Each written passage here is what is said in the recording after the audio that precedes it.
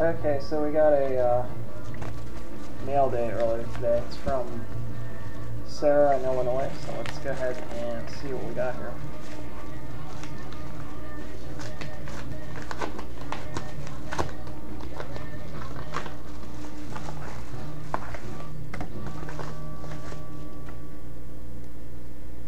Alright, we have a wax pack of 1983 Fleer baseball. How cool is that? Got this off eBay for $2.99 delivered. It's a pretty good deal. Unopened 83 Fleer wax pack books for $3 and Tough Stuff, so that's a pretty good deal. 83 was a huge year for baseball cards. You had the big three rookies, the trifecta, Wade Boggs, Tony Gwynn, and Ryan Sandberg, all came out that year. So it's a really big year for collecting. All three are classic sets, the Fleer, Donruss, and Topps. The Donruss and Topps more so. The Fleer, not as much because the design wasn't all that great, but all three sets are pretty highly coveted. 83 was kind of a comeback year for Fleer. In 81 they had broken Topps monopoly and put out their first set in several decades, and Donruss also entered the market. And Fleer actually put out a pretty good set in 81, but then in 82 they kind of took a huge step backward. The 82 Fleer set is plagued by really plain design, atrocious photography, really poor printing quality, and it's just not regarded as a very good set. 83 they kind of made a little bit of a comeback. Certainly the checklist doesn't hurt when you have, you know, Gwynn, Sandberg, and Boggs rookie in the set. That helps right off the bat. Also, the design is much improved. The photography is a lot better. The printing quality is much better. And even though the design's not all that great compared to 82, it's a lot better. Player's name and position is very easy to read. The cards actually say Fleer on the front for the first time. And also they put a full color team logo on the card front, which hadn't been done in several decades. The last time it had been done was by Topps back in the 50s. Fleer had put a color logo on the back of the 82 cards, but Fleer was really trying to push the envelope design-wise with Topps. They were trying to do something that hadn't been done or hadn't been done in a long time, and the logo was one thing they did. Another thing they did was they went ahead and put two photos on one card for the first time in a long time. Again, Topps had done that a lot back in the 50s. So Fleer put full color photo on the front, and then on the back they had a little black and white headshot.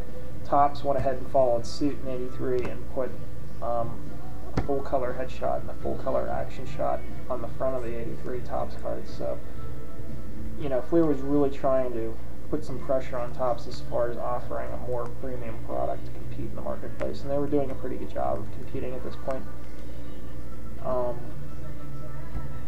So, anyway, as far as the 83 Fleer checklist, it's pretty good. Going by Tough Stuff, the Tony Gwynn rookie is worth $15. The Boggs and Sandberg rookies are worth $10 a piece. The Cal Ripken second year card books for $6. There's a $4 Nolan Ryan card, a $3 Pete Rose card. There's a $2 George Brett card.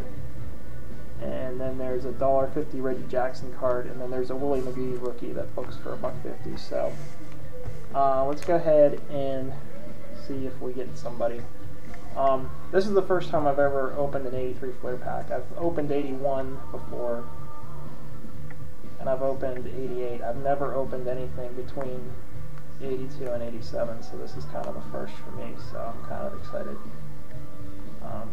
So there's a look at the pack, and as you can see, they're advertising the two photos on each card there. You get one logo sticker and 15 cards, so let's go ahead and crack this baby open, see what we get.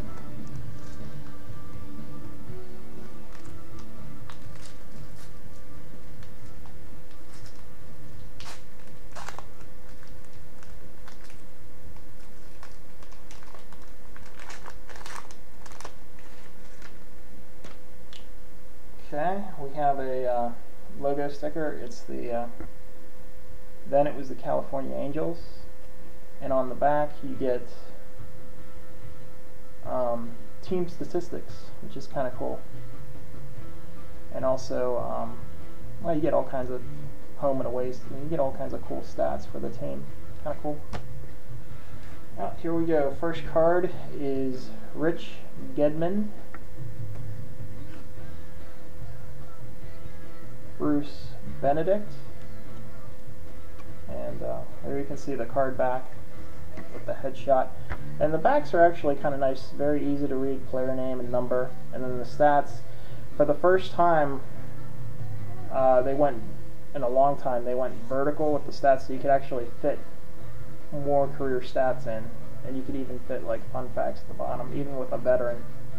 And Fleer would maintain this basic design in 83, 84, and 85, and then slightly change it, but they would use something similar with the stats in 86, 87, 88, all the way up until the mid-90s. So this is kind of the beginning of the standard Fleer back. And, you know, the front, like I said, photography is much better, printing quality is great, and the design, well, it's not fantastic.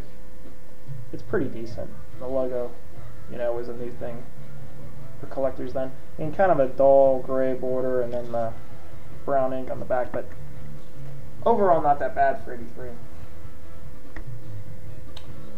Okay, next card is Ron Reed, and this is actually really cool. He's holding his Rolaids Relief Man plaque. That's awesome.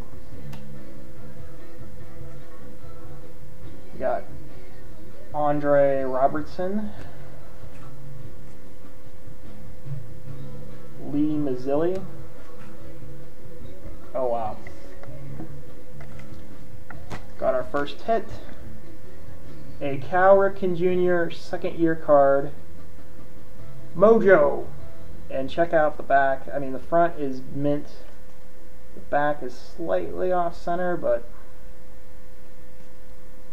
that's awesome. That's a $6 card, folks. Ripken Joe. Got Willie Upshaw, Manny Sarmiento, Ed Ott, Randy Johnson, Milt May, Bill Stein. Check out those Rangers uniforms and that Ranger logo. That's awesome. Carlos Diaz, Bill Castro, and with a lot of wax and a bit of the wrapper on the back of them, John Wappen. Well, I'll tell you what, not only was the pack awesome, but we got a Cal fucking Ripken Jr. card, second year card. So that was majorly awesome. Total Fleer vintage wax Joe going on there. Hope you enjoyed it, and I will catch you guys later.